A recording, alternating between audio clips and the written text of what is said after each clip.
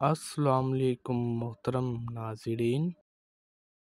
المومنین حضرت عائشہ صدیقہ رضی اللہ عنہا سے روایت ہے، رسول اللہ صلی اللہ علیہ وآلہ وسلم نے فرمایا، نکاح میرا طریقہ ہے اور جو شخص میرے طریقے پر عمل نہیں کرتا اس کا مجھ سے تعلق نہیں۔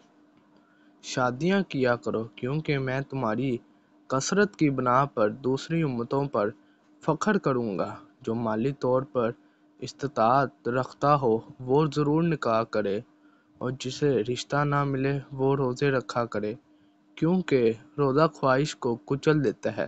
سنن ابن ماجہ حدیث نمبر 1846۔ حضرت عبداللہ بن عباس رضی اللہ عنہ سے روایت ہے کہ رسول اللہ صلی اللہ علیہ وآلہ وسلم نے فرمایا، آپس میں محبت رکھنے والوں کے لیے نکاح جیسی کوئی چیز نہیں دیکھی گئی۔ سنن ابن ماجہ حدیث نمبر 1847۔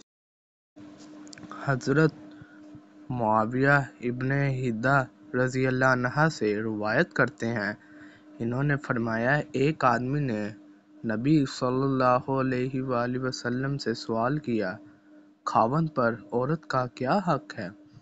آپ صلی اللہ علیہ وآلہ وسلم نے فرمایا، جب کھانا کھائے تو اسے بھی کھلائے، جب کپڑا پہنے تو اسے بھی پہنائے، چہرے پر نہ مارے، اسے برا بھلا نہ کہے، اور گھر ہی میں اس سے علیحدگی اختیار کیے رکھے۔ سنن ابن ماجہ حدیث نمبر 1850۔ ام المومنین حضرت عائشہ رضی اللہ عنہا سے روایت ہے، رسول اللہ صلی اللہ علیہ وآلہ وسلم نے فرمایا، اگر میں کسی کو حکم دیتا کہ کسی انسان کو سجدہ کرو تو عورت کو حکم دیتا کہ وہ اپنے خاوند کو سجدہ کرے۔ اگر کوئی مرد عورت کو حکم دے کہ سرخ پہاڑ سے پتھر اٹھا کر سیاہ پہاڑ پر لے جائے اور سیاہ پہاڑ سے سرخ پتھر پہاڑ پر لے جائے تو عورت کے لیے یہی مناسب ہے کہ وہ یہ کام کرے۔ سنن ابن ماجہ حدیث نمبر 1852۔